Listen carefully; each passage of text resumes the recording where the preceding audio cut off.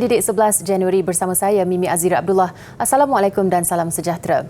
Murid sekolah rendah dibenar melakukan ujian saringan kendiri COVID-19 di rumah bermula minggu ini. Menurut Menteri Kanan Pendidikan Datuk Dr. Razzie Jidin, kit ujian akan dibekalkan sekolah kepada murid yang terpilih. KPM telah berbincang dengan KKM tentang pendekatan untuk pelaksanaan ujian ini.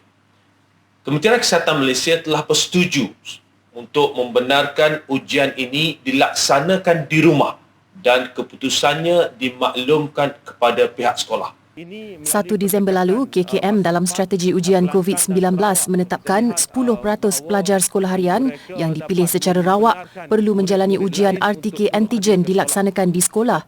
Jelas Datuk Dr. Razzie, kementeriannya akan mengeluarkan kenyataan susulan menjelaskan perkara itu. Namun bagi ibu bapa di mana anak mereka terpilih menjalani ujian itu, mereka dinasihatkan mengikuti tata cara yang ditetapkan.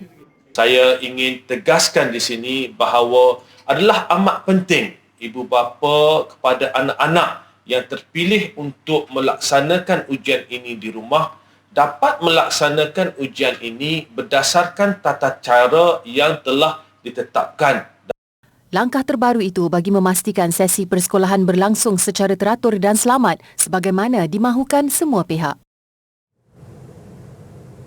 Obesiti atau berat badan berlebihan bermaksud mempunyai terlalu banyak lemak badan sehingga memberi risiko kepada kesihatan. Berdasarkan statistik Tinjauan Kesihatan dan Mobiliti Kebangsaan NHMS 2019 oleh Institut Kesihatan Umum, sejumlah 29.8% kanak-kanak berumur 5 hingga 17 tahun berada dalam kategori berat badan berlebihan atau obes. Ini adalah peningkatan lebih 2 kali ganda dari tahun 2011 yang hanya 6%. Justru KPM baru-baru ini mengambil pendekatan untuk melaksanakan program BMI 59T yang akan bermula pada hari pertama kalender akademik 2022-2023. Menurut pakar kanak-kanak Dr. Rakhi Yadav, sekiranya masalah itu tidak dibendung, ia boleh menjurus kepada masalah kesihatan di kala dewasa. Antaranya seperti kencing manis, darah tinggi, kolesterol tinggi, penyakit hati, penyakit jantung, risiko kanser atau gangguan sosio-emosi, masalah kesuburan dan lain-lain. Pakar-pakar perubatan dan Kementerian Kesihatan sedang giat berusaha untuk meningkatkan kesedaran dan menyarankan intervensi awal untuk mencegah kemudaratan kesihatan disebabkan masalah berat badan. Tambahnya, cara mudah untuk menentukan lemak badan berlebihan adalah dengan mengira nisbah berat badan anak-anak kepada ketinggian mereka kuasa 2. Nisbah itu juga lebih dikenali sebagai Indeks Jisim Badan atau BMI. Bagaimanapun, kiraan BMI sahaja tidak mencukupi dalam menentukan sama ada berat badan kanak-kanak itu berlebihan atau tidak. Ini kerana mereka mempunyai berat lemak badan berlainan mengikut umur dan jantina masing-masing. Justru, kiraan BMI perlu dilukiskan dalam satu carta lain supaya keputusan berat badan berlebihan boleh didapati dengan tepat. Dalam pada itu, terdapat 4 langkah mengelak masalah berat badan dalam kalangan kanak-kanak, iaitu mengawal pemakanan, menggalakkan aktiviti riadah atau bersenam, mengurangkan penggunaan peranti elektronik dan mendapatkan tidur yang secukupnya. Bila saya kata kawal pemakanan, saya bermaksud mengurangkan pengambilan gula seharian atau reduce your daily sugar intake. Mengurangkan makanan segera, this is lazimnya berkalori yang tinggi, and meningkatkan pengambilan makanan seimbang dan bernutrisi tinggi. Atau kita boleh ikut yang Ministry of Health kata suku-suku separuh. Right? When we also talk about pengawalan makanan, kita nak meningkatkan pengambilan air kosong and mengurangkan kalori berlebihan supaya ia tidak disimpan sebagai lemak dalam badan. Selain itu, ibu bapa perlu melakukan aktiviti sederhana sekurang-kurangnya 150 minit seminggu atau 20 minit sehari untuk 5 hari dalam seminggu. Kanak-kanak juga memerlukan tidur yang secukupnya, sekurang-kurangnya 8 ke 10 jam secara berterusan bagi menguatkan sistem imuniti sekaligus mengurangkan perubahan hormon yang boleh meningkatkan rasa lapar. Sementara itu, tinjauan kami di Sekolah Kebangsaan Taman Tun Dr. Ismail 1 rata-rata berpandangan bahawa ibu bapa memainkan peranan paling penting dalam mengawal BMI anak-anak, terutama seawal di sekolah rendah. Menurut Zainul Fitri Ahmad, pemakanan yang betul dan seimbang antara komponen utama yang perlu dititik beratkan ibu bapa dalam mencorak diet anak-anak mereka sejak kecil. Time makan tu kena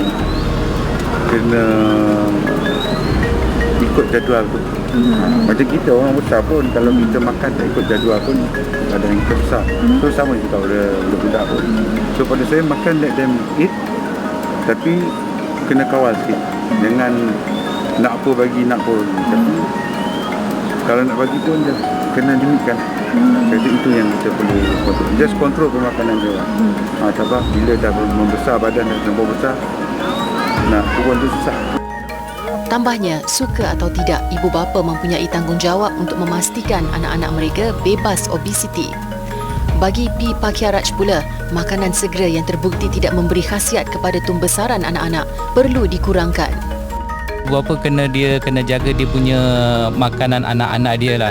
Sekarang kena banyak fast food yang sudah datang, macam yang banyak fast food yang sudah datang, kalau itu pun menyebabkan banyak penyakit akan didatangkan. Kita makanan yang solid food itu kalau dikata dibagi kepada anak-anak mereka yang tertentu kepada masa-masa yang macam itu, dia boleh mengurangkan badan dia dan lagi sehat lah.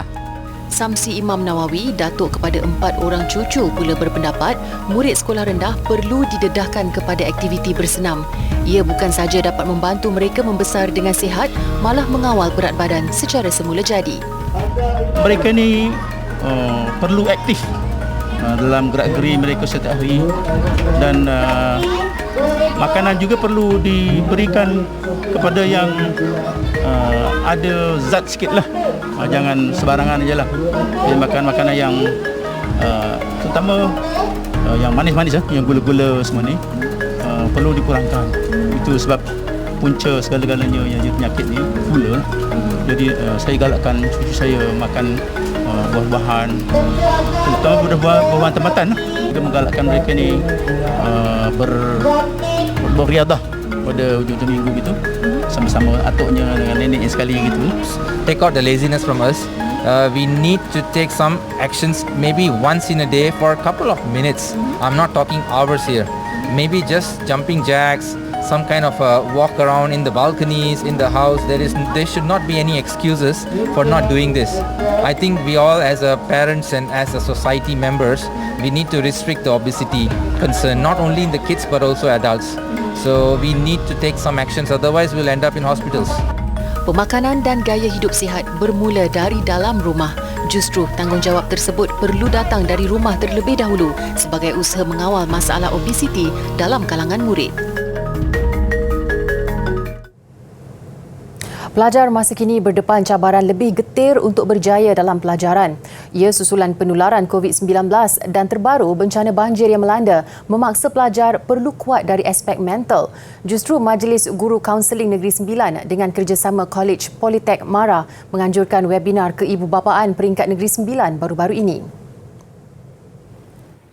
Sebenarnya ini juga ingin menyampaikan mesej kepada masyarakat bahawa tugas mendidik anak-anak ini adalah tanggungjawab bersama, termasuk guru, ibu bapa, PIBG, PIBK dan juga komuniti. Objektif seminar adalah menyuburkan semangat perjuangan pelajar dan meneruskan pengajian ke peringkat lebih tinggi. Naib Chancellor College Universiti Politek Mara, Profesor Dr. Darul Ihsan Abdul Hamid berkata, melalui perkongsian itu, pelajar diberi pendedahan mengenai kursus dan peluang pekerjaan selepas tamat pengajian. Walaupun dalam keadaan norma baru, aktiviti masih perlu diteruskan. Begitulah juga dengan kami di KUPTM yang masih berterusan menjalankan tanggungjawab dalam memberi maklumat peluang-peluang pendidikan kepada bakal pelajar untuk meneruskan pengajian ke peringkat yang lebih tinggi. Tambah Profesor Dr. Darul Ihsan, ibu bapa perlu peka dalam kemahiran menggunakan gadget serta teknologi terkini untuk kegunaan pengajaran dan pembelajaran.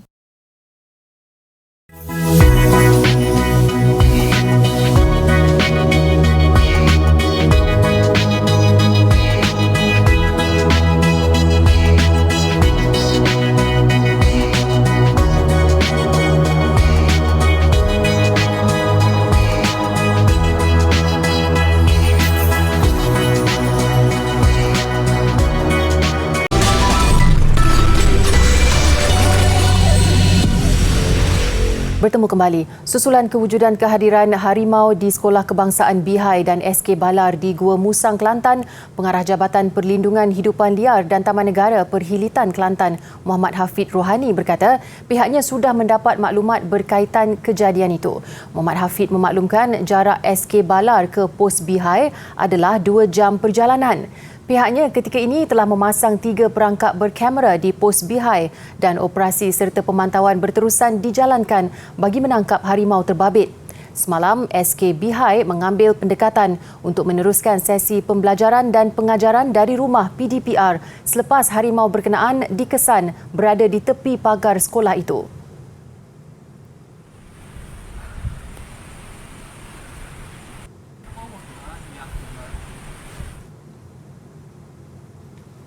Baiklah, kejayaan seorang anak pasti akan menggembirakan ibunya. Namun kejayaan yang ditempa Nur Aida Sabrina Syamsul Anwar menggenggam segulung ijazah mengundang tangisan bonda tercinta. Majlis Convocation ke-44 Universiti Putra Malaysia UPM semalam menyaksikan seorang ibu, Norliza Abdullah, menerima ijazah milik Allahyarham anak perempuannya, Nur Aida Sabrina, yang telah meninggal dunia pada 11 Jun lalu. Anak sulungnya dilapor meninggal dunia akibat radang paru-paru atau pneumonia ketika menjalani latihan industri. Arwah Nur Aida Sabrina merupakan graduan ijazah Sains Komputer UPM. Sebelum tu arwah suami meninggal, arwah abahnya ni. Jadi dialah yang ambil alih. Dalam praktikal tu dia yang ambil tanggungjawab, dia galah tanggungjawab untuk jaga adik-adik, nak uruskan yang tinggalan kerja semua arwah abahnya tu. Dialah yang bertanggungjawab semua, tapi tiba-tiba dalam masa yang terdekat dalam 8 bulan tu dia pula yang meninggal. Tambah Norliza, tanggungjawab menjaga keluarga kini jatuh kepada anak keduanya, Nurul Hannah Syamsul Anwar, berusia 22 tahun. Hannah sedang melanjutkan pengajian dalam jurusan kejuruteraan di Universiti Malaysia Perlis. Sementara itu, lulusan Diploma Perniagaan Tani Azim Farhan Ngadimin yang ditemui turut berkongsi kesedihannya apabila bapa tidak bersama untuk meraihkan kejayaannya. Bapa tersayang meninggal dunia ketika Azim sedang bergelut dengan peperiksaan akhir. Pada hujung semester saya menghadapi peperiksaan akhir. Pagi tersebut saya dalam perjalanan hendak ke Dewan Peperiksaan, saya mendapat khabar itu. Kemudian selepas saja saya menjawab tugas hakiki saya sebagai seorang pelajar, habiskan peperiksaan dan saya pulang emergency. Malam itu juga saya sampai dan bergegas terus ke Hospital Serdang. Anak bongsu daripada 4 beradik itu kini meneruskan pengajian ijazah pengajian Bahasa Melayu. Jelas pemuda berusia 23 tahun ini kehilangan ayahnya mendewasakan dirinya dan setiap peristiwa pahit itu bukan penghalang untuk mengecapi kejayaan lebih cemerlang. Majlis Convocation ke-44 UPM berlangsung di Pusat Kebudayaan dan Kesenian Sultan Salahuddin Abdul Aziz Shah UPM di Seri Kembangan dari 8 hingga 13 Januari.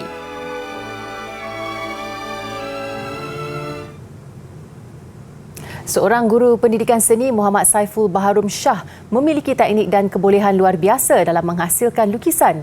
Ini kerana dia telah menghasilkan 4 lukisan berbeza dalam satu masa menggunakan tangan dan kaki.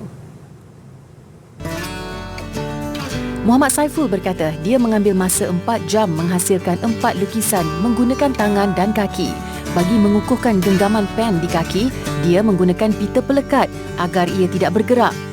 Antara lukisan dihasilkan Muhammad Saiful, potret penyanyi terkenal tanah air Datuk Seri Siti Nurhaliza, Allahyarham Sudirman Arsyad serta 2 pemain bola sepak terkemuka, Lionel Messi dan Cristiano Ronaldo. Muhammad Saiful juga pernah mencipta hasil seni menggunakan penyepit makanan serta menghasilkan lukisan menggunakan 2 pen dalam satu masa dengan teknik stapling. Ia ternyata mengagumkan warganet sehingga ada yang meminta guru berkenaan untuk melukis secara bersilang. Muhammad Saiful yang bakal bertugas di Sekolah Menengah Kebangsaan Sultan Tajul Arifin Perak menyatakan hasrat menggunakan karya seninya sebagai inspirasi kepada pelajar untuk menghasilkan lukisan dengan lebih baik.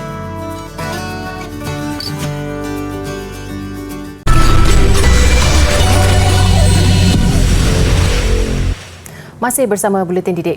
Hong Kong mengambil keputusan untuk menangguhkan sementara sesi pembelajaran secara bersemuka di prasekolah dan sekolah rendah. Ketua Eksekutif Hong Kong, Carrie Lam berkata, penangguhan berkuat kuasa Jumaat ini hingga selepas sambutan Tahun Baru Cina.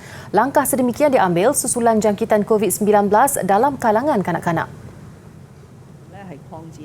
Jelas Lam, Hong Kong juga akan memperluaskan program imunisasi COVID-19 kepada kanak-kanak berusia antara 5 hingga 12 tahun. Bagaimanapun, murid sekolah menengah masih meneruskan sesi pembelajaran secara bersemuka. Lam mengakui ia suatu keputusan yang sukar dibuat. Meskipun mahu menangani risiko jangkitan dalam kalangan kanak-kanak, ia pada masa sama dikhawatiri merencatkan pertumbuhan fizikal dan mental mereka. Penutupan operasi sekolah itu adalah langkah sekatan terbaru yang terpaksa dilaksanakan Hong Kong bagi membendung penularan jangkitan Omicron. Minggu lalu, Lam mengumumkan penutupan gimnasium, perkhidmatan makan di kedai selepas jam 6 petang dan menyekat penerbangan dari 8 negara. Sekumpulan saintis dari sebuah universiti di Barcelona, Spanyol menggesa kerajaan tempatan dan masyarakat mempertimbang menukar warna bumbung bangunan. Menurut mereka, warna bumbung putih boleh membantu menurunkan suhu pada musim panas sekaligus mengelakkan gelombang haba. Dalam projek dibentangkan sekumpulan saintis itu kepada pihak berkuasa tempatan, mereka mencadangkan bumbung bangunan yang kebanyakannya merah perang dicat dengan warna putih. Menurut kaji selidik itu, warna itu mampu membantu mengurangkan suhu sebanyak hampir 5 darjah Celsius ketika cuaca panas melampau. Strategi menukar warna bumbung itu dikatakan berkos rendah dan hanya membabitkan bumbung yang mudah dicat. Mereka turut menjangkakan strategi ini lebih berkesan untuk bandar seperti Barcelona berbanding mewujudkan kawasan-kawasan hijau. Barcelona dikira bertuah kerana kedudukan geografinya membolehkan penduduk menikmati cuaca sederhana ketika musim sejuk dan panas. Namun, ia juga mudah dipengaruhi perubahan iklim ditambah dengan kepadatan penduduk yang menyumbang kepada peningkatan suhu. Rekod suhu musim panas di sini ialah 39.3 darjah Celsius dengan tahun terpanas pada 2020.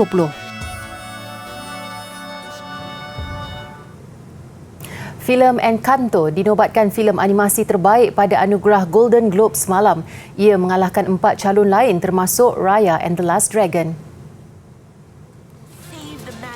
Encanto yang merupakan filem komedi fantasi musical adalah terbitan ke-60 Walt Disney. Ia mengisahkan keluarga Madrigal yang memiliki majis yang tinggal di sebuah pekan bernama Encanto. Setiap generasi muda di Encanto dikurniakan anugerah kuasa majis kecuali Mirabel. Namun sebaik menyedari kuasa majis di Encanto berdepan bahaya, Mirabel memutuskan untuk menyelamatkan keadaan meskipun tidak memiliki sebarang kuasa.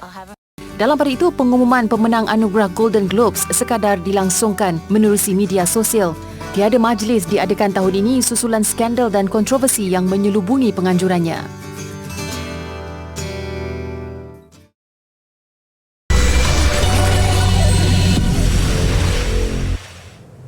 Sukan dimulakan dengan Piala FA Inggeris. Manchester United menewaskan Aston Villa 1-0 di halaman sendiri dan menempah kemaraan ke pusingan keempat untuk menentang Middlesbrough. Gol menerusi tandukan awal Scott McTominay memastikan Manchester United menewaskan Aston Villa 1-0 pada pusingan ketiga Piala FA di Old Trafford. Kejayaan itu memberi kelegaan buat pengurus United Ralf Rangnick, namun pada masa sama membuktikan banyak kerja perlu dilakukan jika mahu mencabar sebarang kejuaraan. Pelawat pastinya kecewa selepas menampilkan persembahan dominan, menyaksikan 2 cubaan terkena tiang selain memaksa David De Gea menyelamatkan beberapa percubaan dan 2 gol dibatalkan. McTominay menyambut hantaran lencong Fred bagi memberikan tuan rumah permulaan baik, tetapi selepas itu bergelut untuk mengekang asakan Villa yang bermain lebih baik. Kemenangan itu memberikan The Red Devils yang mempunyai rekod juara 12 kali Piala FA pertemuan menentang pasukan Division 2 Middlesbrough pada pusingan keempat. Beralih ke saingan perlumbaan Rally Dakar di Arab Saudi, pemandu Sweden Mattias Ekström memenangi gelaran sulungnya pada edisi kali ini, sementara Sebastian Loeb muncul pendahulu baru kategori kereta selepas menduduki tempat ketiga. Perlumbaan Rally Dakar berada di laluan paling panjang apabila peringkat ke-8 memaksa pelumba menempuh jarak 830 km. Matthias Ekström yang memandu Audi beraksi baik apabila mencatat masa terpantas sekaligus mengakhiri cabaran di tempat pertama untuk meraih gelaran juara. Stefan Peter Hansel pula mengiringinya di podium pada kedudukan kedua, sementara Sebastian Loeb ketiga. Namun ia memadai buat Loeb untuk menjadi pendahulu keseluruhan baru, memintas juara 3 kali Nasir Al-Attiyah yang menghabiskan saingan di tempat ke-6. Kategori 2 roda pula memberikan kejayaan berganda kepada Sam Sunderland. Tunggangan pelumba Britain itu gagal dicabar peserta lain. Sunderland menjulang kemenangan pertama dan melonjakkannya semula ke kedudukan pendahulu.